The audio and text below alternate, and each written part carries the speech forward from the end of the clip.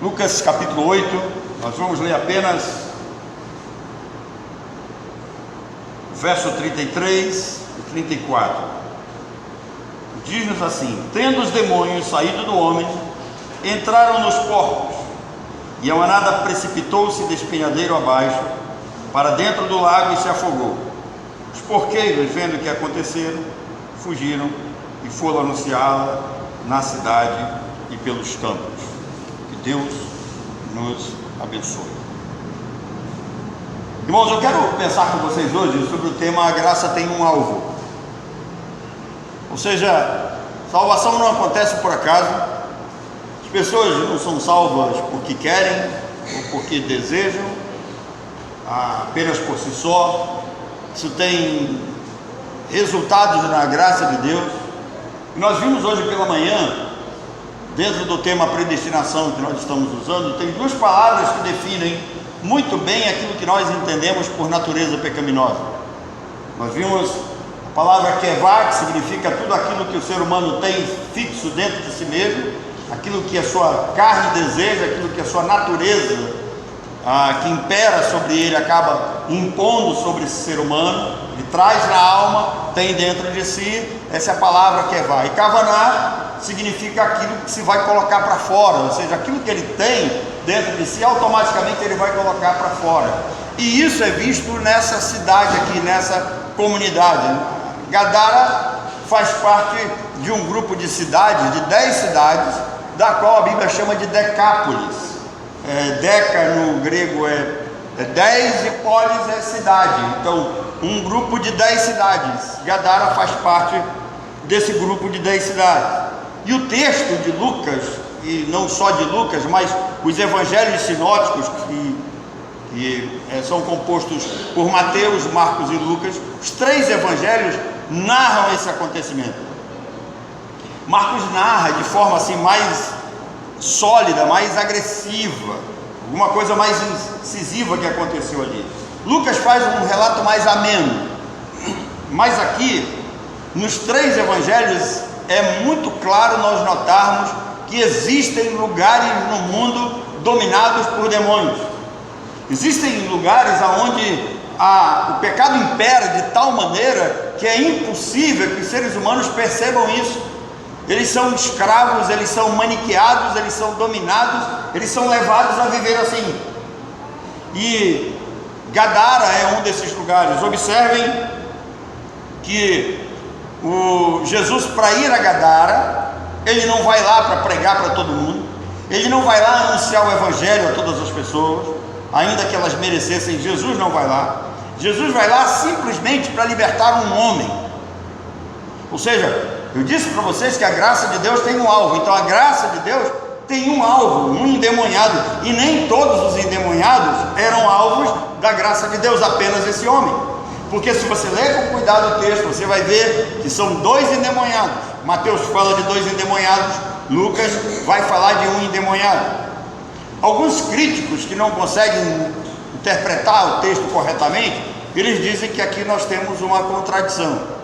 E na realidade não pode ser uma contradição, porque Lucas, falando de um endemoniado, ele não contraria Mateus, que diz que eram 2. Na realidade eram 2 endemoniados, mas a graça de Deus tem o alvo de atingir apenas esse homem.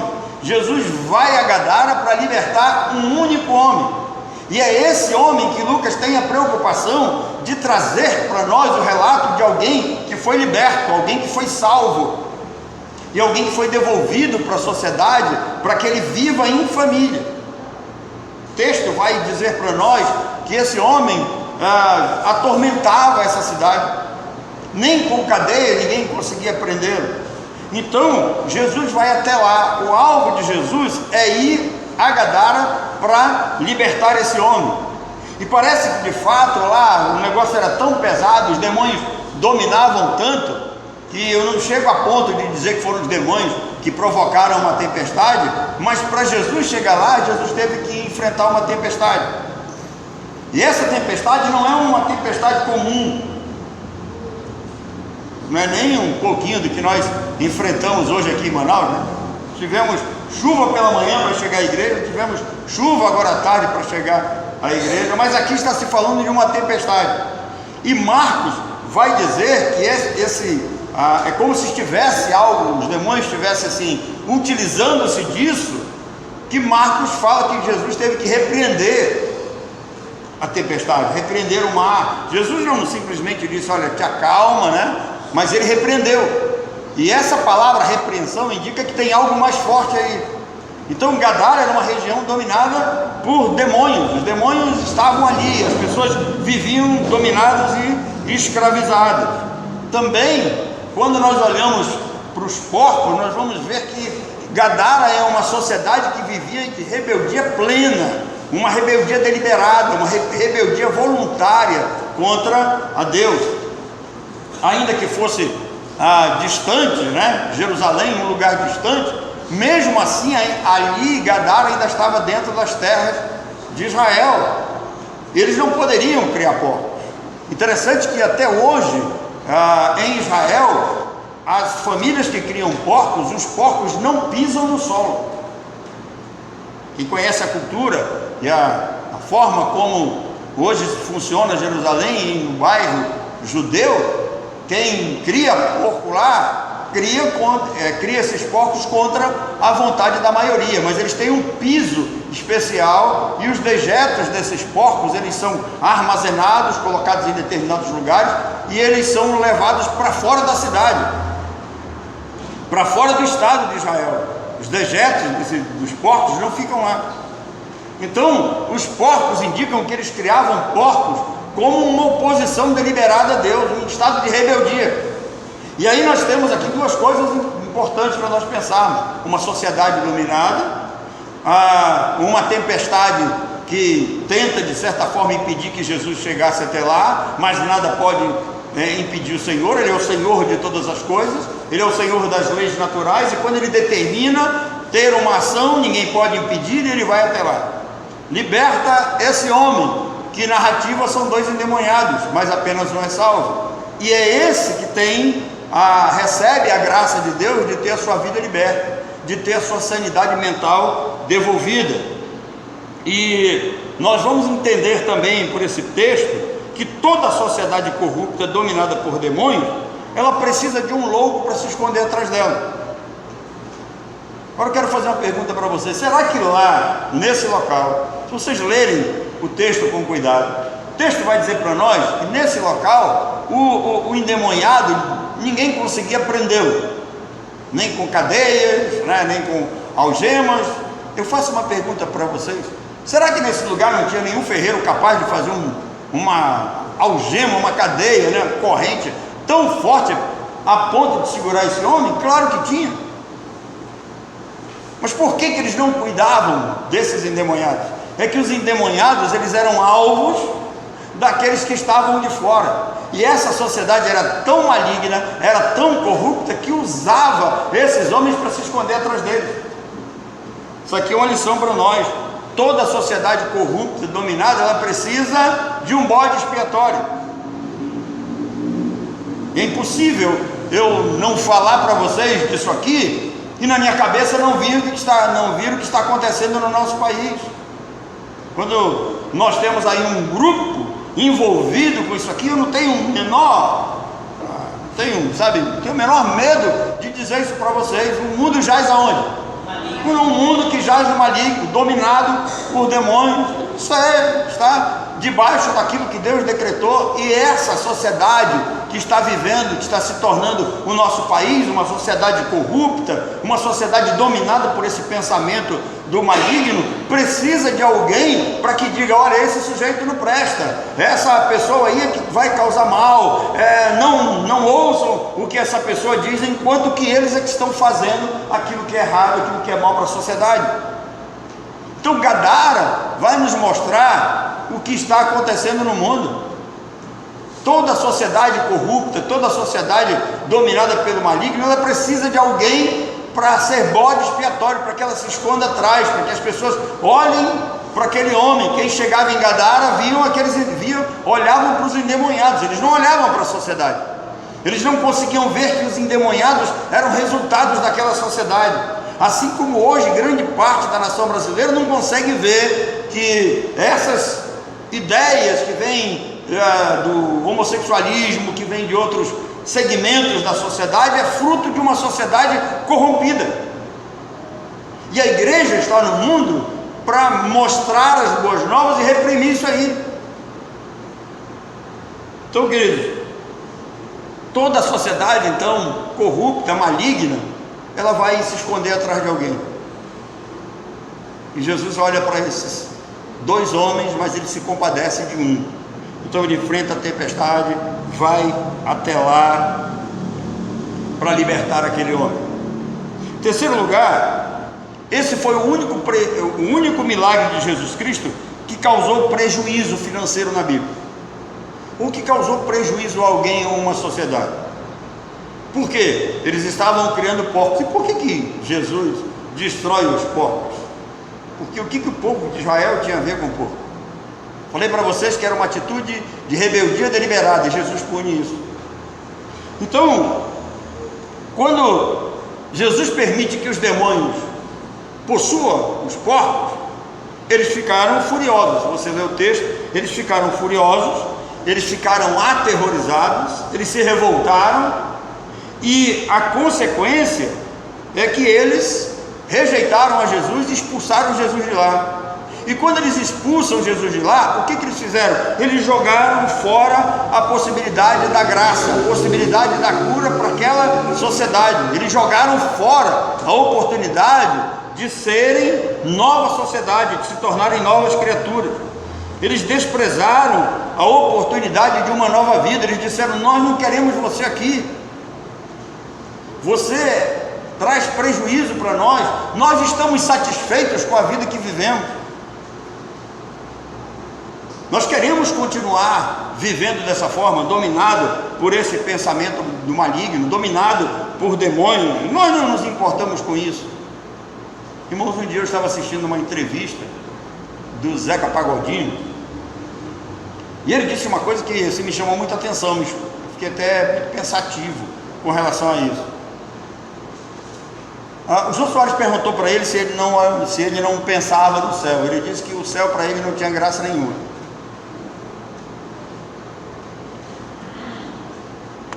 E por que o céu não tem graça? Ele diz porque lá não tem samba, lá não tem bebida, lá não tem as coisas que ele gosta.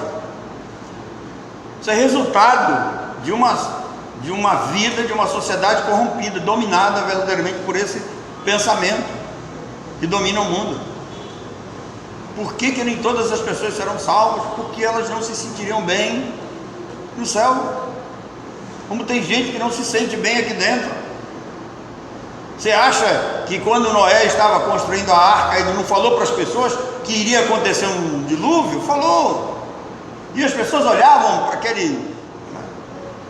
Eu não vou chamar aquilo de barco. Tem um rabino que chama aquilo de trambolho. Porque ele faz até uma pergunta. Ele disse: se você olhasse para a arca e você olhasse para o Titanic, você entraria em que barco? Qual é que você entraria? Entraria no Titanic. Você sabe o resultado, vocês iam para o fundo, né? Mas esse era o normal, assim, ele acertou. As pessoas entrariam no Titanic, porque entrar na arca é apertado, entrar na arca é escuro, entrar na arca requer dividir o que tem com os outros, entrar na arca significa ser dirigido e dominado por alguém, e isso o povo não quer. O povo não quer ser dominado, o povo não quer dividir o que tem, o povo não quer ser solidário uns com os outros, o povo não gosta de lugar apertado, o povo não gosta de lugar difícil, o povo quer vida boa, que largo e fácil é o caminho que conduz o quê? Perdição. Então, esse é o retrato que essa sociedade mostra para nós. Eles desprezaram a oportunidade de serem salvos, eles expulsaram Jesus de lá. E isso aqui tem uma lição para nós.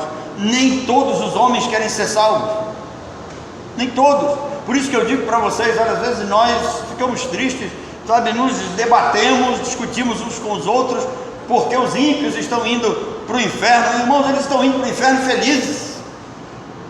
Aqui dentro não é aconchegante para eles, não faz sentido eles estarem aqui, é como quem entra na arca. Então eles preferem viver a vida lá fora. Eles mostram para nós que nem todos os homens querem ser salvos, nem todos querem ser libertos, né? Nem todos querem largar seus vícios e seus pecados, nem todos. Em quarto lugar, o que os demônios pediram para ir para os porcos? A resposta é clara: ir para os porcos significa voltar ao lugar de origem, porque se eles foram para os porcos e os porcos se precipitaram e os porcos morreram, isso significa que os demônios não morreram.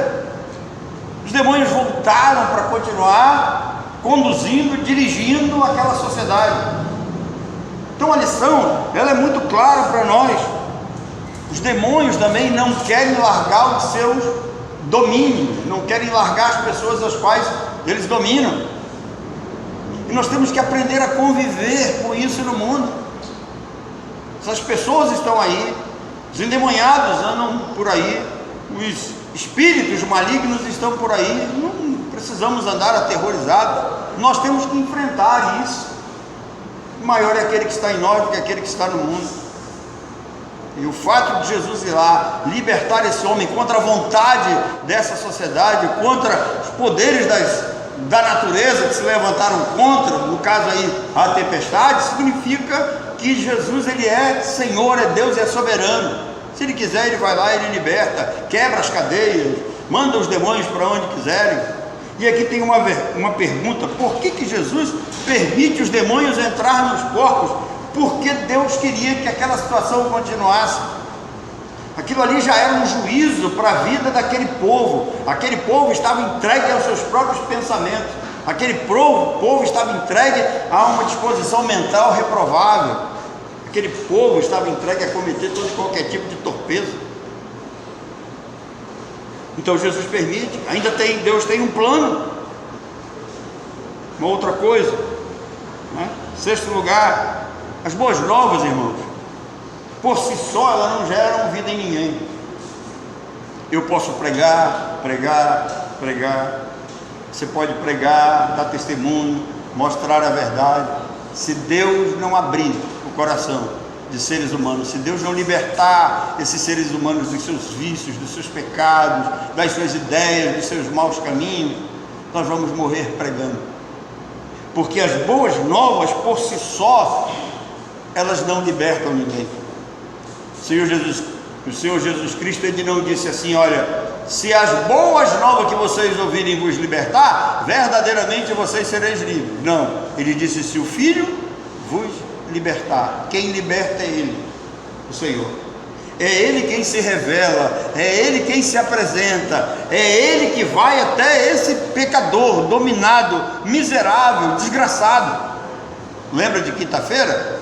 Eu falei para vocês, né? A gente usa essa palavra desgraçado para alguém. Desgraçado é alguém desprovido de graça, e alguém desprovido de graça é o resultado desse endemoniado, escravo do pecado, escravos do demônio, uma espécie de espetáculo para uma sociedade pior do que ele, mas um homem vivendo em estado degradante. E aí Jesus se compadece dele, vai até lá e liberta unicamente a ele. Jesus não prega para ninguém, Jesus não salva mais ninguém ali, Jesus não cura mais ninguém, vai lá, salva aquele eleito. E esse homem, certamente ele podia cantar aquele hino, né? Buscou-me com ternura Jesus, né? Achou-me na miséria, salvou-me com amor. E aí ele vai dizer que enquanto Jesus faz isso, né, nos céus, os céus cantaram, né, com alegria, os anjos, numa harmonia só, porque esse homem foi liberto. Então, as boas novas por si só não operam milagres, não fazem os seres humanos felizes, não gera felicidade nos escravizados. Os escravizados, os dominados pelo demônio, não têm prazer em Jesus, não têm prazer na palavra de Deus. Às vezes eu fico pensando assim, eu fico querendo mais tempo para poder estudar mais, aprender mais, me aprofundar mais, e sabe, nesses meandros assim, das profundezas da teologia, falta tempo, falta recurso para isso. Enquanto que outros têm a oportunidade de crescerem na graça e no conhecimento de nosso Senhor e Salvador Jesus Cristo e não dão a mínima. As coisas de uma sociedade escravizada chamam mais atenção do que a palavra de Deus. Os espetáculos que esse mundo oferece são mais prazerosos do que gastar tempo com o Senhor. Hoje, às 10h30, nós tivemos jogo do Fluminense. Muitos dos nossos jogadores não foram. E aí alguém disse assim: estão no boi. Eu falei para os meninos aqui: orem para o pastor Ednei, ele está lá, para que ele não troque de boi, permaneça. Estou brincando, claro, mas, irmãos, não tenha dúvida, ali é um lugar dominado completamente. Quem vive ali vive contente com tudo que acontece ali, vive feliz. E eu ouvi uma coisa de quem veio de lá, quem morou lá. A Sandy disse hoje para nós: lá não é fácil de viver, não, principalmente nesse período, não é tão simples. Eu fico lembrando, que um dia eu falei para um amigo meu: quantas pessoas vão e ficam hospedadas nos barcos? Quantos barcos ficam naquela orla lá, mais ou menos? Tem ideia? Centenas, né? As pessoas ficam hospedadas, todos eles ali tomando banho, fazendo suas necessidades, né? E o cara do barco, ele não vai tirar o barco dele onde está ancorado para ir lá no meio do rio abastecer a caixa, ele abastece ali mesmo. Significa que tem negros escovando os dentes de manhã com uma água extremamente saudável, outros tomando banho, com uma água extremamente, deliciosa, cheirosa, mas tudo isso é normal, por causa de quê? Um prazer carnal, escravizado por demônios. Quem conhece, quem sabe, quem estudou bem a língua portuguesa, sabe fazer aquelas análises, morfológicas, Você pegar qualquer letra escrita lá em Parintins, você vai ver que tem um cunho de demônio por trás, tem um demonismo expresso ali. Então, nossa reflexão hoje deve nos fazer pensar nisso. É um território dominado, oprimido, que de fato, se Deus tem eleitos ali, Ele vai tirá-los de lá. Mas quem vive lá, quem vive debaixo desse domínio, desse tacão do inimigo, ele vive feliz, não está preocupado com isso não. E aí, queridos, para concluir a nossa reflexão hoje, olhe para esse homem. Quando esse homem é liberto, ele tem a sua sanidade mental reconduzida para o lugar. Quando Paulo diz assim, olha, que quando Deus liberta, salva alguém, esse ser humano liberto e salvo, ele tem um retorno à sensatez. Então esse homem voltou a ser uma pessoa sensata, a sua sanidade mental volta para o lugar, e aí ele olha para aquela cidade e vê, ele consegue ver agora tudo que ele passou e o que é aquela sociedade. Ele olha para Jesus e diz assim: deixa eu ir com o Senhor, eu quero ir com o Senhor, eu quero te seguir. Sabe por quê? Eu não tenho mais nada o que fazer aqui. O que essa sociedade me oferece não me satisfaz mais. Senhor, eu agora sou nova criatura, não quero mais isso para a minha vida. Isso aqui me dá náusea, tudo isso aqui me causa repulsa. Eu não quero ficar aqui, eu quero ir com o Senhor. E aí Jesus diz: não, volta para tua casa, conta para os teus. Parece que Deus tem mais alvo ali. A casa daquele homem precisava ver e precisava ouvir o que aconteceu com ele. Volta para tua casa, conta para os teus, serve de testemunho. E agora, essa sociedade enlouquecida, endemoniada, dominada pelo inimigo que te envergonhava, mostra a vergonha para eles. Aqueles que te envergonhavam serão envergonhados pela nova vida que você vai viver hoje. Certamente Jesus deve ter dito para aquele homem o que ele disse para aquela pecadora: vai e não peques mais, Vai e não te deixes mais dominar por essa sociedade, torna-te uma fiel testemunha. E aquele homem, diz Marcos, que ele sai a testemunhar, a falar de Jesus em toda a região de Decápolis. Irmãos, essa história, ela não é muito diferente da nossa. Nós também, de acordo com Efésios capítulo 2, vivíamos numa situação desesperadora. Andávamos segundo o curso desse mundo, segundo o príncipe da potestade do ar, o espírito que atua nos filhos da desobediência. E Deus, por sua graça, olhou para nós e nos buscou com ternura, com amor, nos libertou. E se Ele ainda não nos tirou desse mundo, é porque Ele está dizendo: eu tenho um projeto para você. Seja exemplo na sua casa, no meio dos seus, dentro da tua família. Seja uma fiel testemunha para Ele. Que Deus nos abençoe, que a gente possa entender o período em que nós estamos vivendo. Estamos vivendo num país que se degrada a cada dia. A nossa sociedade, ela está implodindo. O Brasil está regredindo. Nós tivemos aí 4 anos atrás, nós vimos o que é um presidente que ora, nós vimos o que é um povo que volta-se para Deus. E agora nós estamos vendo o contrário de tudo. Nós estamos sendo oprimidos, nós estamos sendo perseguidos. A nossa sociedade, ela está empobrecendo, não só financeiramente, mas ela está empobrecendo de alma, ela está empobrecendo de cultura, ela voltou a empobrecer também em espírito. E se Deus nos mantém aqui, é porque nós temos que manter as nossas vozes e as nossas vidas ativas. Então que Deus abra os nossos olhos e Ele nos responsabilize de fato daquilo que temos que fazer, que Ele nos dê força, que Ele nos dê sabedoria, que Ele nos guie, que Ele use a nossa vida para que o Seu nome seja glorificado em meio a essa sociedade dominada por demônios. Deus nos abençoe.